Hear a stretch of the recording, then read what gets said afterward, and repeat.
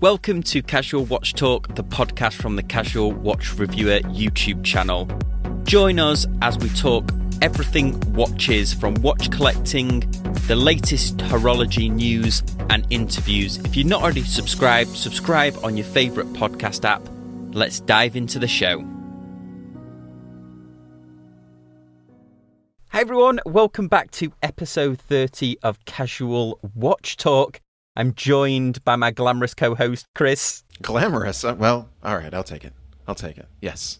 Fancy Kris. Go for it. We hope everyone's okay. A big shout out to everyone on the Facebook group. That just seems to be growing and growing. Thank you for everyone that's been contributing. I had to do a little apology this week because I've not been posting as frequently as I should do, but thank you for I think you're too hard on yourself, Sam. I think it's fine, but it's good to see everybody there and the conversation's kind of continuing, which is cool. Which is very cool. Yeah, it's become a really interesting group. So head on over, put your membership in, and we'll accept you.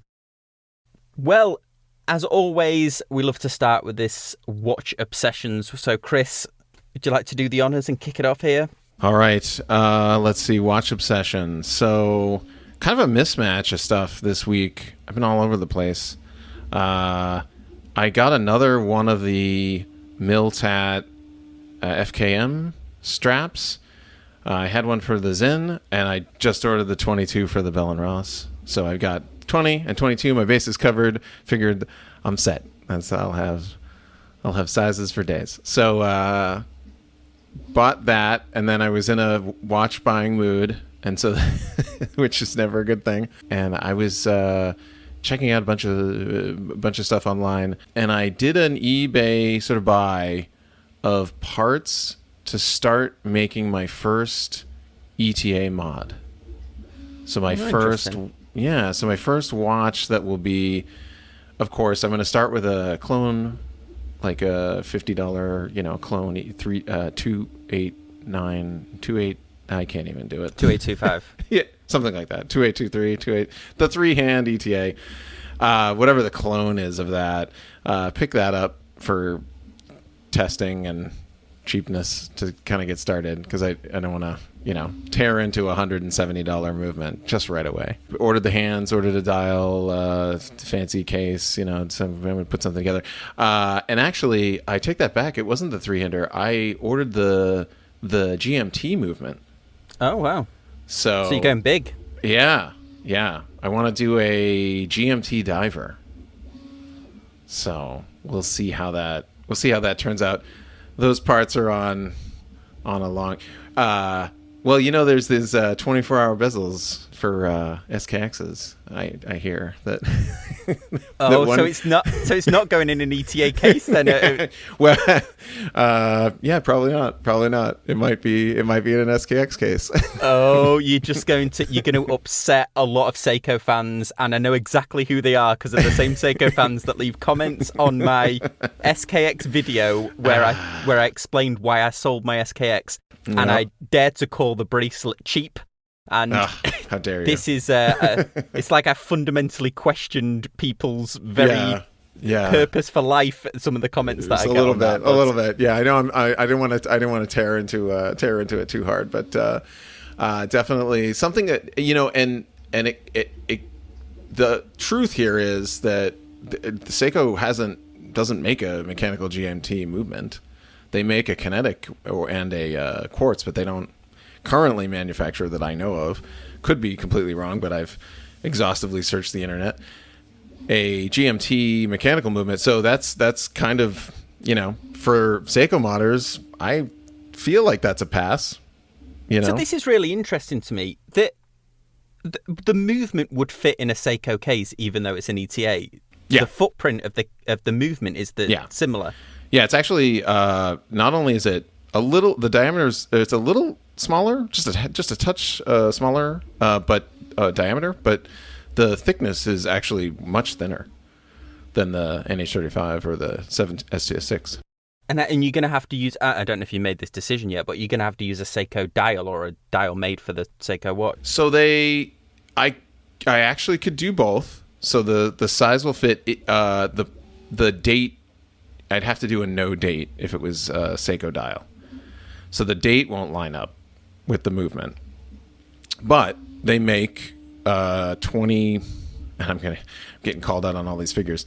They make Seiko dial-sized ETA movement dials. So you can get a 2892 dial that's whatever 29.5 mil for Seiko that'll fit in the Seiko watch.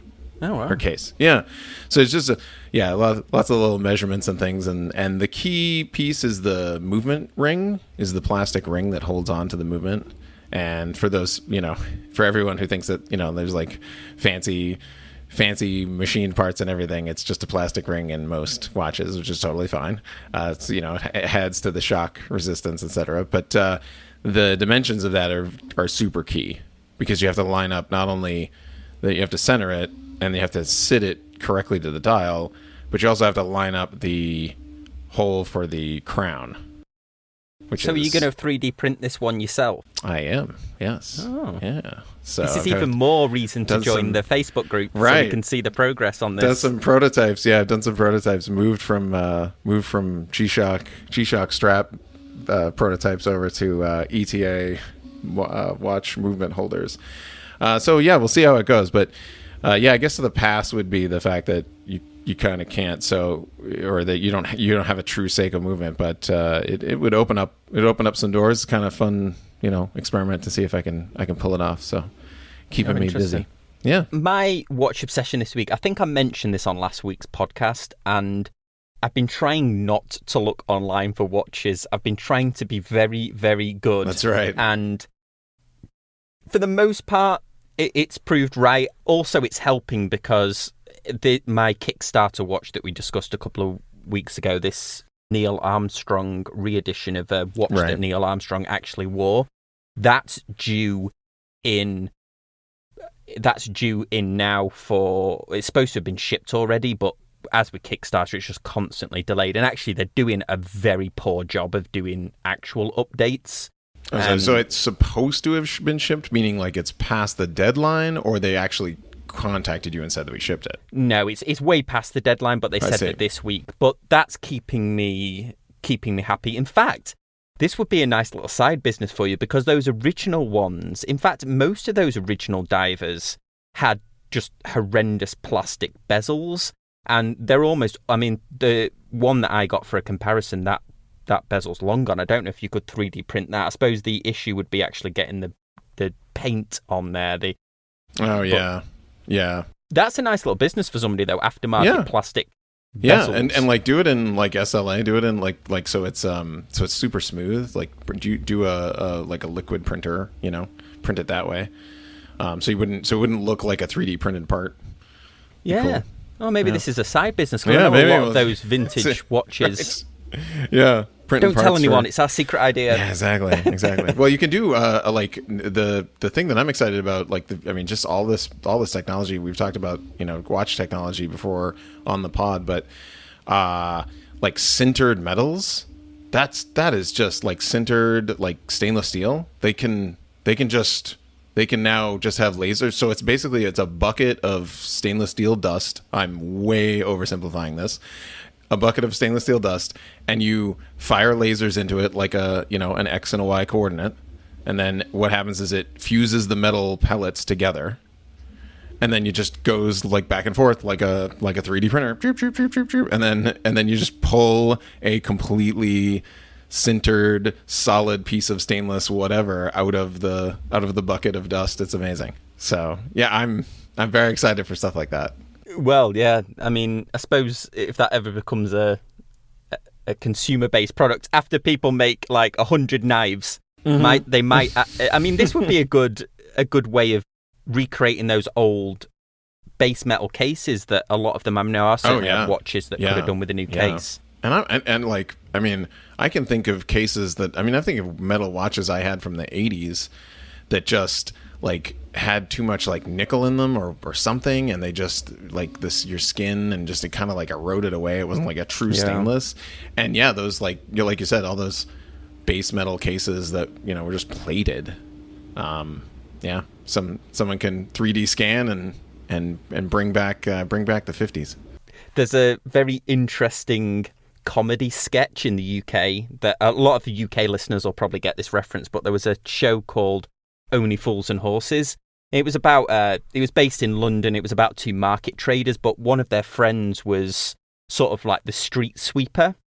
So he would, he'd always bring his broom into the pub and stuff. And there's a funny episode where he says, they're sat round the pub table and he goes, "Oh, this broom has been with me for 40 years. And I got in the local paper because I've had the same broom for 40 years. And then the other guys are like, "Oh, that's really amazing that." And he says, "Yes. And it's only had 10 new heads and 5 new handles." Right. It's called Trigger's Broom. Look it up on YouTube. It's hilarious. But I was just thinking about that with the watch. Like, oh, I've got this vintage watch, but it's got a new case, new hands, new dial, a new Basically movement. replaced everything. Yeah. Speaking of, so I haven't really had a watch obsession. One of the watches has caught my eye, but I'll do it as a main story. But it looks like there's going to be a release date coming out for this the Steel 321 watch, which is going to be interesting. But still, after months about her listening to it, I still can't understand why it's 15 grand. Apparently they can only make 2,000 of these movements a year, but I'm wondering, like, why can they only make if it goes against supply and demand in my mind. And this goes back to that Watch Pro article, and in fact most of these stories, except for 2 from Hodinkee and one that Hodinkee won't like me mentioning, but if like Watch Pro, where they talked about the new fad is going to be limited supply, not limited edition watches. And I think they're right that they're going to start restricting the supply instead of like Rolex is doing. Rolex aren't doing limited editions. They're just doing limited supply. Right. I feel like the market, it's like I would rather have a watch that like everybody wants that I'm just printing.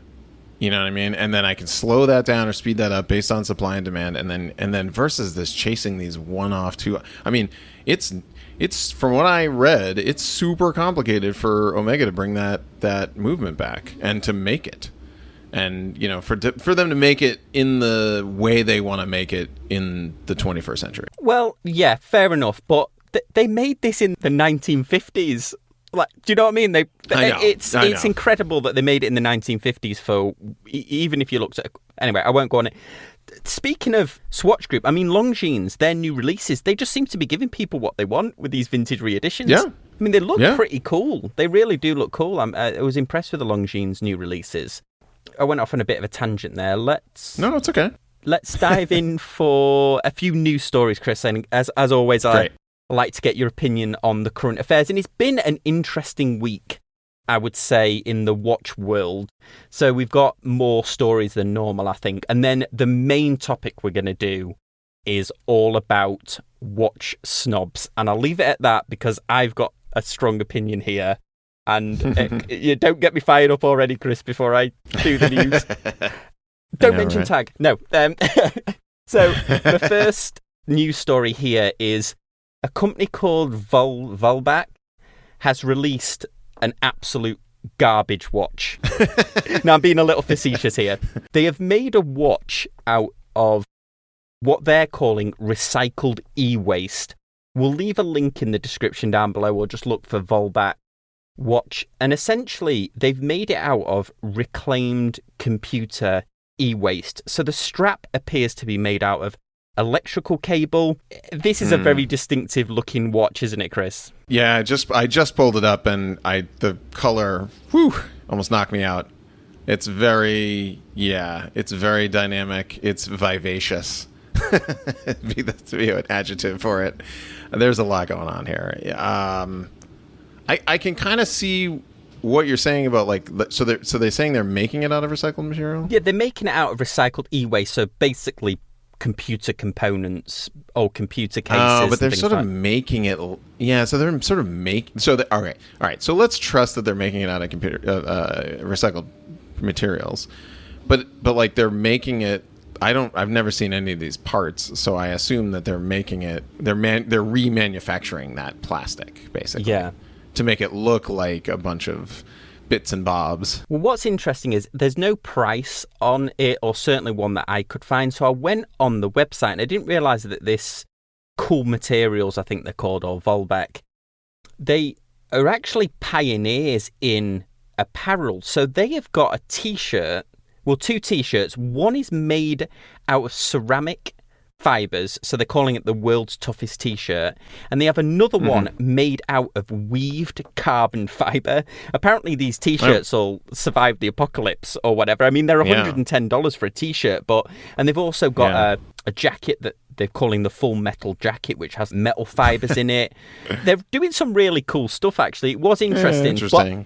What that means is I think this watch is going to be $2 or $3 grand, I'm guessing. But right, and just a show, Also, I feel there was a bit of this maybe 10 years ago when everybody started, like the architectural design started to do houses and buildings and such made out of shipping containers. Yeah. And what would happen is everybody's like, oh, we need to make affordable housing and cool architectural designs out of shipping containers so that everyone can use this material because we have them just filling our shores or like filling up, just piles of them, right? And what a lot of these companies would do is they would go buy a brand new, totally never used, untouched shipping container for their building. And you're like, guys, that's not what we're talking about. And that's, it's kind of what the feeling I get That's here. actually a good analogy. I know that there's certainly on Kickstarter, you see some watches that are made from recycled materials. The one that comes expressly to mind is there was a watch made out of a material that they're calling humanium. Did you pick up on that one? Essentially, what I think I heard about it, but no, what was it? Essentially, they take weapons, primarily AK-47s and they melt them down and then make a case out of the metal components. Okay. So there's sort of a precedent for making recycled things. Okay. Yeah. I mean, I it's good. I mean, these is one of those. It's like that line where it's like it's good to have. It's good to have that sort of, we want to change the world and your money is going towards us doing this sort of thing. And obviously, if we don't have enough AK steel, we're going to add some other steel from other things. I get it, but it brings awareness to it. Okay, well, let's dive on to the next story. And I can't believe we're still talking about this, but at Baselworld, in epic marketing, obviously they've really thought about this. They've rebranded the show from Baselworld and they're calling it, get this, Our Universe. Hour as in 1 hour. Our Universe, right? So their angle on this, I don't know whether they ever did that deal with Murdoch. Now wait. You got to get to the tagline because that's what made me roll my eyes back. Go on, after you say it. It's we time. Oh, I saw that and my eyes is grown. So Our Universe, it's we time. Yeah, absolutely. So it is gonna be a mixture of live and virtual events and also some kind of digital platform. So I don't know if they're going for like a Chrono 24 here or a digital showroom.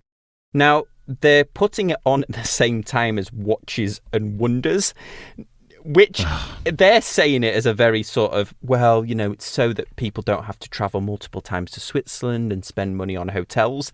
Sure. What they're hoping is just to get the dregs in from the and Rob Corder over at Watch Pro, again, he did a good article where he talked about it and then said, obviously, this isn't a great marketing move for them, but he did explain that, there's some brands that won't be at Watches and Wonders that might be on. There still might be a gap in the market, but also they probably needed to leave it a little bit longer for the dust to settle, I think, after, because not only did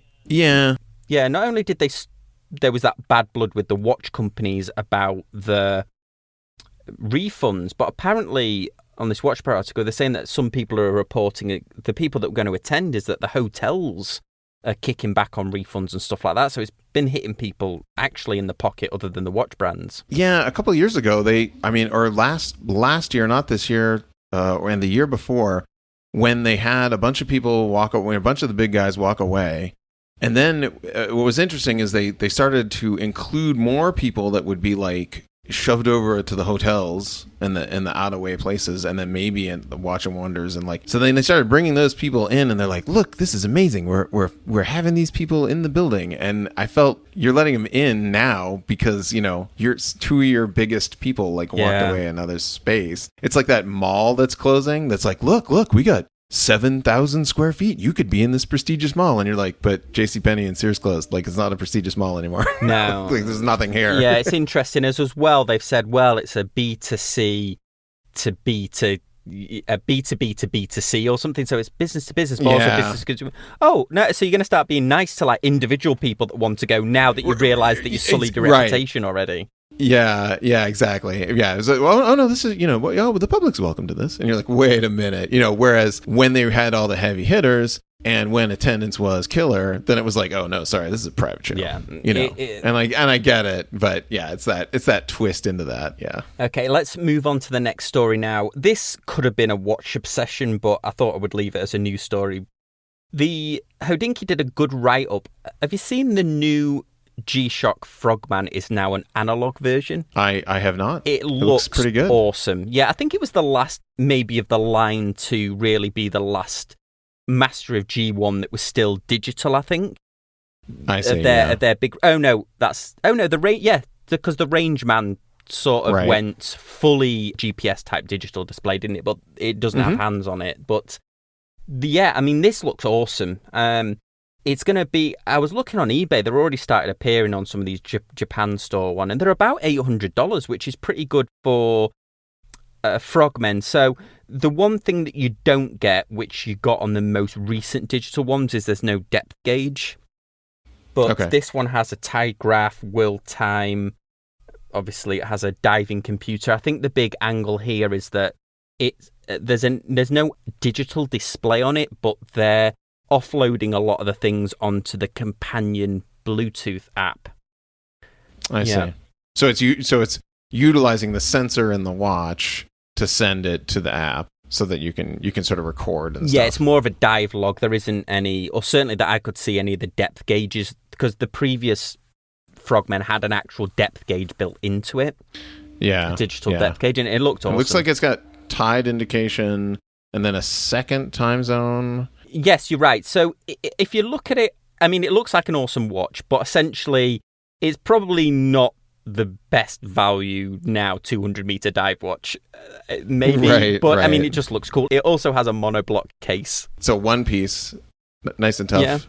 Yeah. I like the look of it. It looks the business. I like the look of it. Yeah. Maybe a little bit on the high side. Maybe I would still go for that depth gauge one. The only thing that puts me off the Frogman is, it's the ultimate one of the ultimate G-Shocks, I think, but I know people who have it, and you've got to have quite a big wrist because it does overhang the strap a little bit. So it's a big boy. What is this thing? Got to be 50 something, 57. It's 56, 56 mil. 56. Okay, woo, yeah, good times. Oh, they show the. Oh, this is pretty good. I hope you link the article because they show the Frogman over the years. Yeah, they've done a good job of that. Kind of see how that. Yeah, that's cool. There's some nostalgia there. On to the final story now before we pause for a quick break and dive into the main topic. And I'm going to take a deep breath for this. We've just talked about Hodinkee with the new G-Shock Frogman, but way the other end. They've released, I think in recent weeks, they've released another Swatch System 51, which I'm not feeling it at all, the look of it. It looks like the old pop swatches from the 80s, but we'll leave that. But they've created the most hipster thing I think I've seen in a long time. They've created an 8-day travel clock, very reminiscent of Jaeger LeCoultre travel clocks. This thing, it looks nice, don't get me wrong. That it's properly Hodinkee branded. It's not co-branded with one of the other makers. Yeah, it's Hodinkee. It's on the dial. On the dial. Travel clock. They won nearly $6,000, $5,900. What are they playing at? That's way into super hipster category. I don't know. I don't know who would enjoy. Yeah. It's one thing leaving your mobile phone charger in a hotel behind with you. I just cannot work out why they've done this. Apparently, they're only making 96 because Apparently only 96 can ever be made. Who knows why? Okay, all right. Well, yeah. 90s. Okay, that sounds. Although for the price, that it seems like okay. So they priced it right because that's probably what they would sell. That's probably how many they would sell. Yeah, it almost makes me think that they've pushed these things, haven't they? They've done limited editions here and there. They're kind of testing this is kind of testing the upper boundary of what can we possibly get away with here. Yeah. They're like, how many of these does John Mayer need? How many is he going to buy? So like 3. Okay, so he'll buy 3. Sorry, so we got 93 more to sell. and to be honest, I don't even really understand what the purpose of a travel clock is because, yes, maybe they were handy before you had a watch, but the whole Hodinkee thing is watches. We have watches that we can tell the time on, and yes, a travel clock has an alarm, but I'm a big watch fan, but I still use my phone for an alarm in... Right. When I'm traveling. Yeah, they're pushing that ultimate luxury nostalgia of the vintage, authentic experience. They're pushing that to the absolute limit, and it's like it's way over the top for me. Certainly for Sam, it's very much like the guys, vinyl records. Yeah, so it's the guys that will spend tens of thousands of dollars, not thousands of dollars, tens of thousands of dollars on the tube, the full analog transfer from the stylus to the speakers, analog everything, tubes everything. And okay, warm, rich sound, the experience, I get it, but at the same, you just have to, you're like, and then what, you're going to listen to MP3s on it? But it's that level. It's those guys. It's those 96 guys. That are like, I'm going to go in and I'm going to cut a record straight to vinyl. Well, what's funny with it is that they don't talk about the internal workings of it. That it's not... They don't really talk about, like you would with a watch, you talk about the movement. They don't even show the movement. They talk about the nostalgia of it and, just a load of like hipster crap that they put on there. It's evocative, Sam. Stop. Yeah, exactly. It's like, I'd like a deconstructed tea, please. So they just put the leaves in your hand and then throw hot water in your face. It's that kind of thing. And it's... What I can't understand, though, is if you like these travel clocks, you like the look of them, you like the vintage aesthetic. I went on eBay now and I found an absolutely stunning vintage Jaeger LeCoultre, JJ LeCoultre travel alarm clock that is identical to the design of this one. They must have used this one as inspiration for $650. Perfect. Done. That ticks all the boxes. It's a vintage one. $650, right? Yeah. And you'll be much less surprised when you find it in the hotel lost and found bin. You're just like, iPhone charger, Samsung charger, $5,000 alarm clock. It's really, I can understand the co-branded watches that they have because the watch company itself has some prestige to it, whether it's Oris or Blaupau or whatever. But this is their own branded. I don't know whether there's a value in the Hodinkee name as a watchmaker, but who knows? Yeah, that's what they're putting to the test here. They're putting this is their. That's their. Yeah, that's 100%. Like the marketing department here is testing that for sure. And by the time this podcast is fully uploaded, all 96 of those watches will be sold, and those clocks. Yes. Oh, I'm sure. Yes, and they'll be flipping them on eBay. And I hope some flippers get burnt badly with them. Is my only hope with that. But right. They just sit there. Oh, yeah, exactly. And it's like I used to be a millionaire before I bought 7 Hodinkee travel clocks. I know, right? Oh, okay, God. Well, let's pause for a very quick ad break, a few words from our sponsors, and then we'll come back for our main topic. Hey, it's Kris from the Casual Watch Talk podcast. As our longtime listeners know, we often talk about cars here on the pod, and that's no coincidence. Like a lot of mechanical watch lovers, we're both into cars and racing. A couple years ago, I curated a collection of automotive-inspired straps and started the Campionato Club. Campionato Club watch straps celebrate the rich history of automotive liveries with their inspired colors. Available in a single pass NATO, 2-piece, and our new super comfy elastic NATO. Check out Campionato Club on the web. That's championship in Italian, CAMPIONATO.club. Hey everyone, welcome back to Casual Watch Talk. Now this is this is more of an amusing topic, I think. But often when you see on forums, particularly some of the bigger ones, we won't mention names, there's this whole notion of watch snobs or the watch snob. And I had a quick look, I did a quick search on YouTube, and it looks like there's several videos that some of the big YouTubers have made on watch snobs. Teddy Balbazar made one of his early videos. The Time Teller, of course, did one. TGV's done 3 videos on watch snobs or watch snobberies. I made an upload, which I ended up unlisting, and I will, as a little Easter egg, I can put the unlisted version, where me and another guy who writes a watch blog discussed watch snobs, and he had an interesting view on it, which I'll discuss later. But we did talk about TGV in that video, and unfortunately I got that much of a backlash for even mentioning TGV's name that I ended up just taking it down, because we were talking about how much we liked him, really, but how we were actually talking about this subject of watch snobs, because even the word evokes emotions. But I'm wondering whether the watch snob even exists. That's my preface for this conversation, Kris. But what do you think? What's your view on it? Well, so I think you have a point. So I mean, I guess let's define some parameters here. So in those videos, and I've seen Teddy Balbazar's video, I've seen TGV's video, I know what you're talking about. I'm sure others have.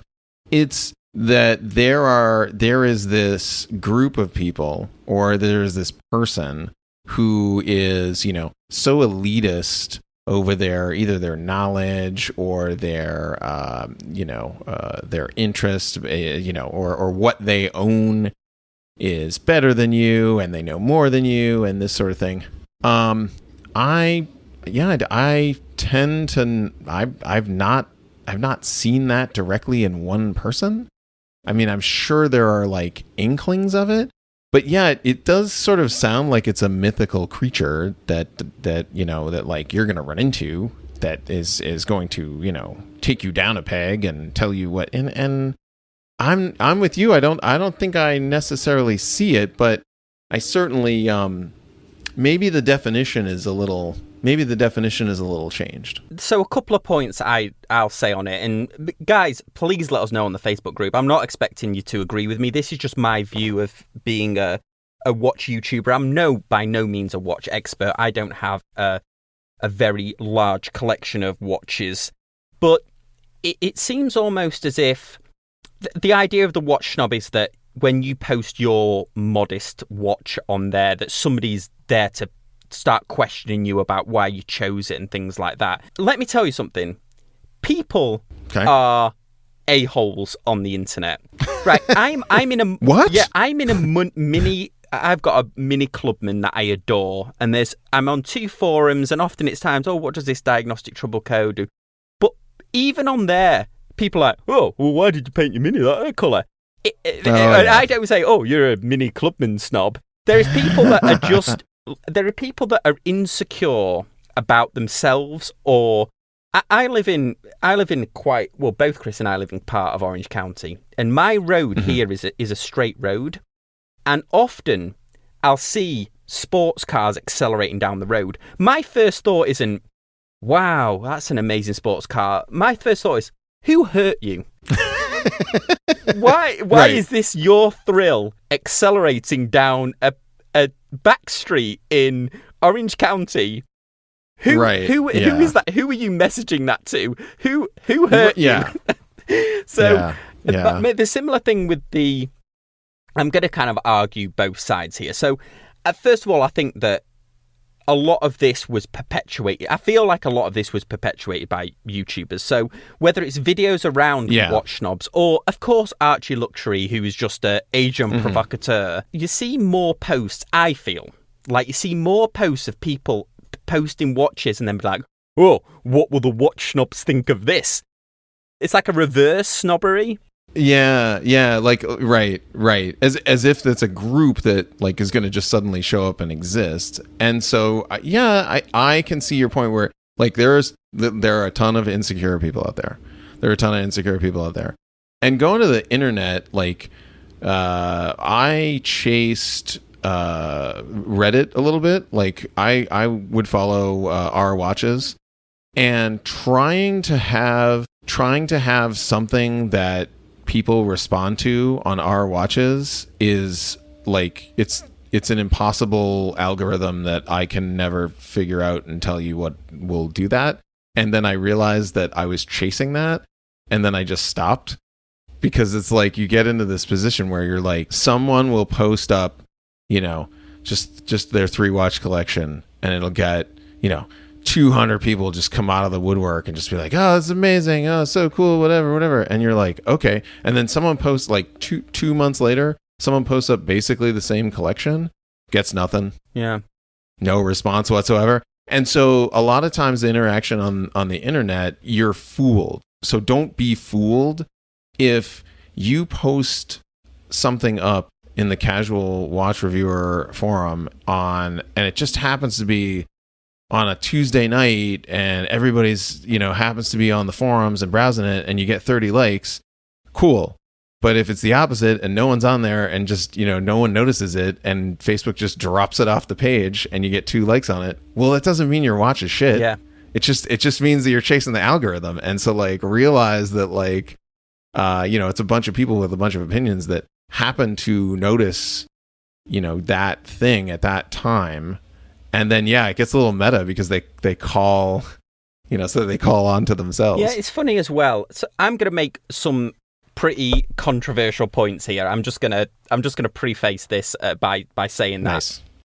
One thing that you often see, and you only have to wait a day if you've not seen it on a forum, is typically people will post, I'll call them homage watches, but we'll just use Steinhardt as an example. They'll post that on a forum and they'll be like, oh, I really like this Steinhardt because the quality's superior and all of that, and yeah, it's a homage watch, but the watch snobs can't, you know, say anything. And I feel like saying, if you like Steinhardt, you go for it. But Steinhardt go for it. Steinhardt did not set out to say, we are going to honor Rolex by making a watch that looks like theirs. They were like, cha-ching.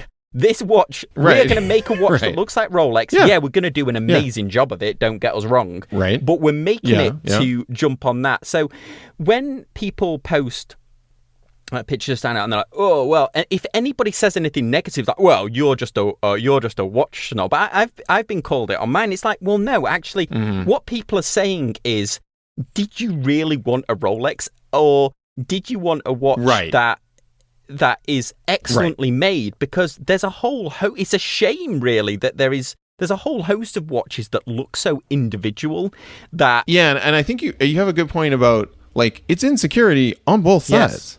So, like, if you're, you know, if you can't, you're like, I'm not going to go buy a Rolex. I can't afford that thing, right? And so, okay, yeah. If you're in that position and you can get something that looks great on your wrist, it's functional, it's got all the stats, and you enjoy that, then you have to be secure and say, like, oh yeah, I got it because it's a great watch. And then, but if you expose that, I mean, like, the internet loves to jump on people's insecurities. Yes. Like, if you expose your insecurities on the internet, forget it. Like, if you know, you're just going to get trolled, and people are going to be like, oh, well, you know, if you get it saved up or whatever. And it's, so it's on both. I think it's both ways. I think it goes both ways. I totally agree with you. It just reminded me of a very interesting story that my grandfather always used to tell me. He grew up in a part of England where it was famous at one time for salt mines. So they used to mine salt. Mm-hmm.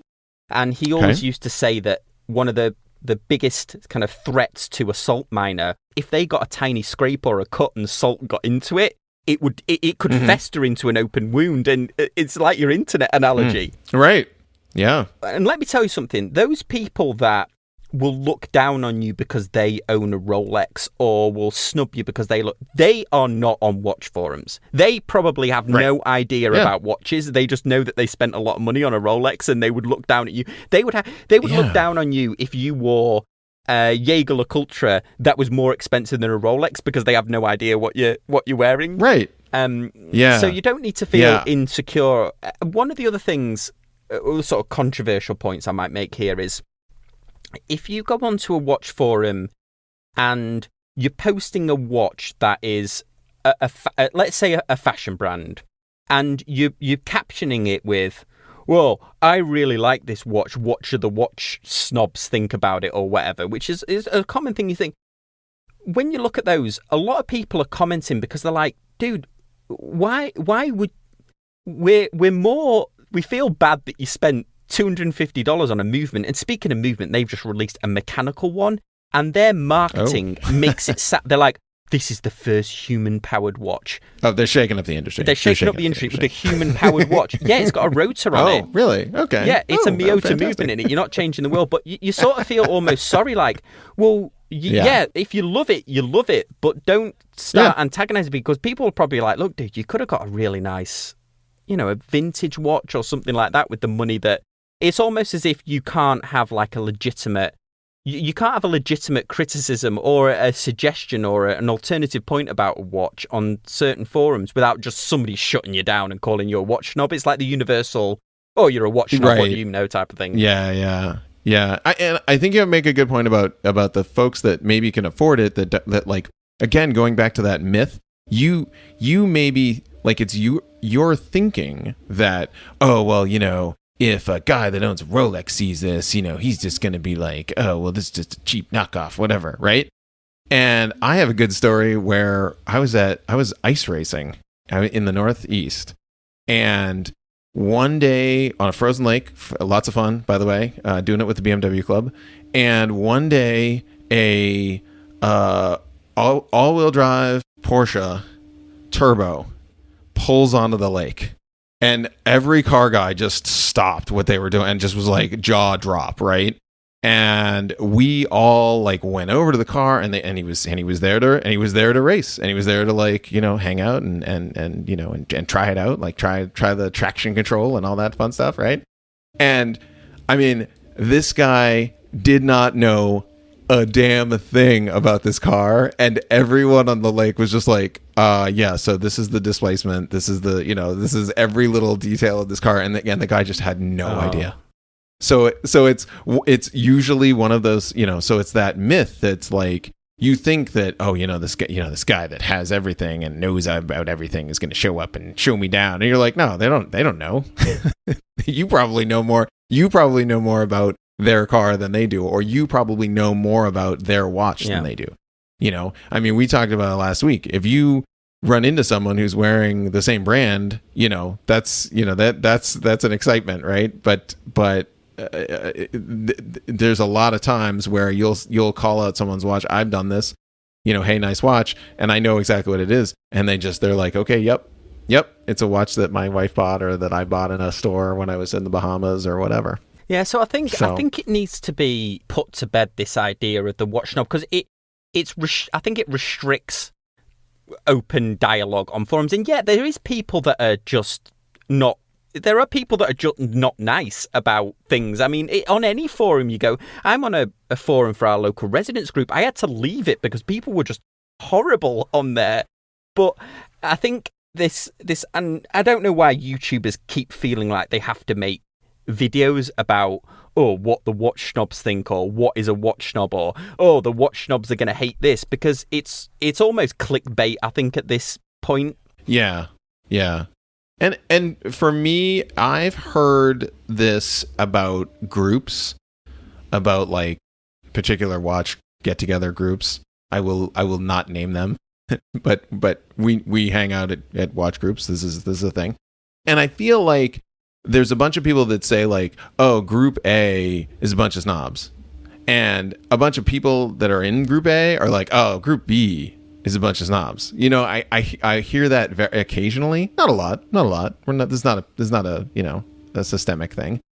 But again, I think it's that, I went and I had this experience with one thing. Like, for example, I went to one where someone brought their vintage Casio collection. It was amazing. Yeah. It was like every Casio watch, like, from my childhood. And I was like, oh, I had this one. Oh, this is great, And we are talking about maybe $300 to $500 worth of watches here, and everybody was all around it watching it. So I mean, like, money didn't matter. It was just for the love of the thing, for the nostalgia of the thing. That's what we enjoyed. So I feel even in person, I think that there's a little bit of that, like, oh, those guys are a bunch of snobs. It's just like, okay, so then go, like, there's 55 people here. Talk to somebody else. Because I'm sure it's not the majority. Yeah, and we're, obviously I'm giving a very simplified view of this, and the reason is that it's just I obviously I get comment on my YouTube channel. There's you're not going to please all the people all the time. There's two people that the second that I upload my upload a video, they dislike it straight away. They haven't even got time to watch the whole thing. There's just something that they just fundamentally dislike about me, or they like to hate watch the content. And what's hilarious to me is that hate watching. Is that like doom scrolling? Is that what we're doing? I don't know, but what's funny is occasionally somebody will comment a bit, oh, I dislike this video because of this. It's particularly on the Shinola video that I made. And I'll just reply back saying, please downvote it, because it actually goes for the engagement, and the more you watch of it, hate watching it or whatever, the actual more there's. And I think that with, say, a lot of like homage watches and things like that, is they are what they are. If you like them, then you go for it. You shouldn't need people's approval on a forum to justify something that you've bought. Yeah. In fact, because you're going to get different views, but you also shouldn't shut people down that have alternative views to you by calling them like a watch snob or whatever it is. Because the problem is like you said, Chris, we've got into this, particularly on watch forums, where you're having to grab people's attention. And sometimes it's easier to do that being negative than it is positive, perhaps. Yeah.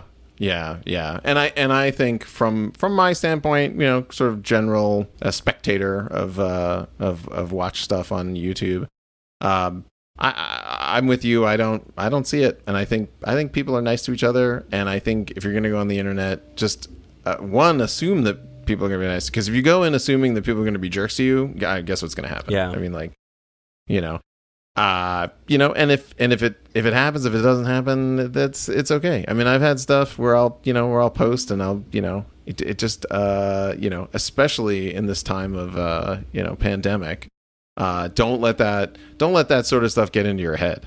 Like that, oh, well, someone's not going to like it, or, someone's going to say that, this is a copy of this, or that's not the real one, or the original one was better than the one you have, or just, no, it's fine. And realize that, you're going to go through life and worrying about what other people think and are going to say to you is going to be hard to go through life.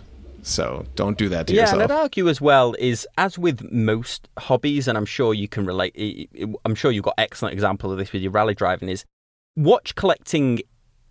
It is an expensive hobby. We're not knitting here where it's, and so don't worry if you're seeing other people's collections that are bigger, because it might just mean that your money or how you value your money is just it just is in other things. It is an expensive hobby, and don't ever be down that you've got a limited collection. But also listen to people's feedback, because a lot of times, I mean, certainly with these fashion brands, I feel almost not sorry for people, but I'm like, well, especially like Shinola, I've got a bee in my bonnet about Shinola. That Shinola video I've got it's probably one of my most viewed videos, and it's certainly my most commented ones, and it's always by Shinola owners.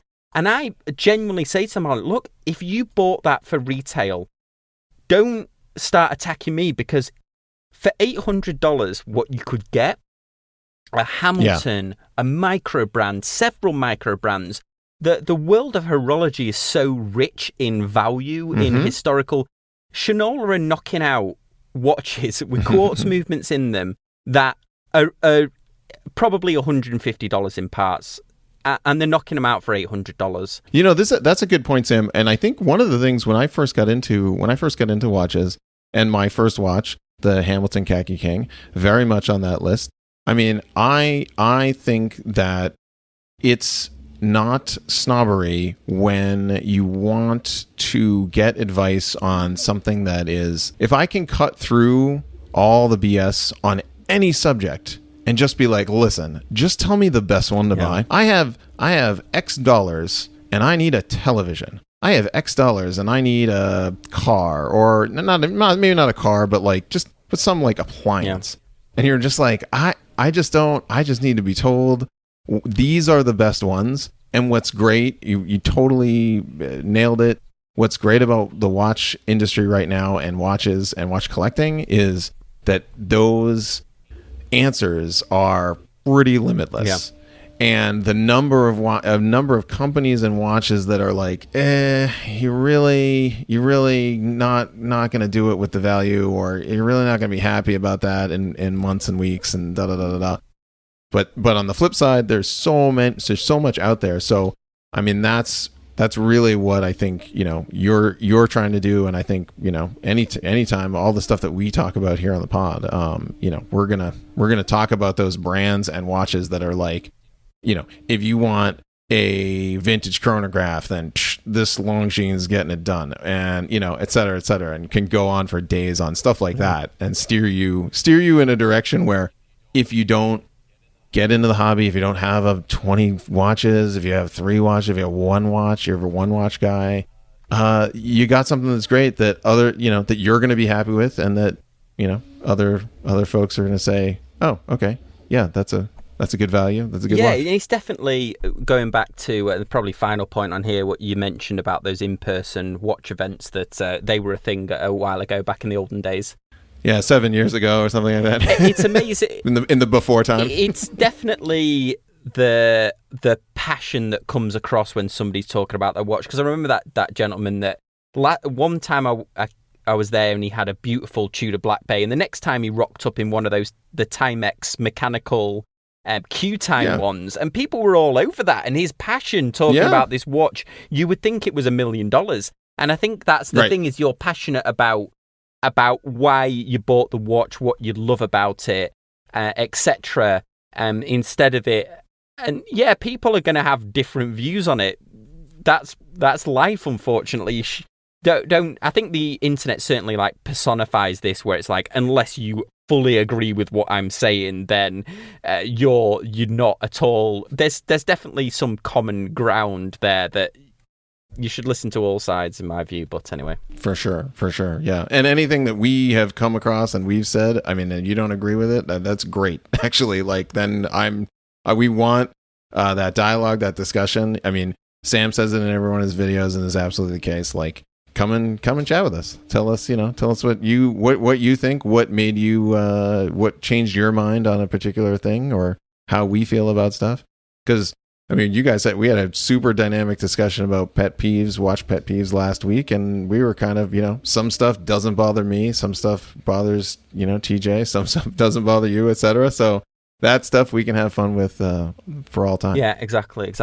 All right, guys, well, definitely let us know over on the Facebook group what you think. Do you agree with us about the elusive watch snob? You certainly won't be seeing me doing a video on watch snobs or watch snobbery or whatever, but let us know on the Facebook group. Kris, any last words for the listeners? Just everyone stay safe and enjoy the watches you have. Awesome. As always, guys, we really appreciate you listening.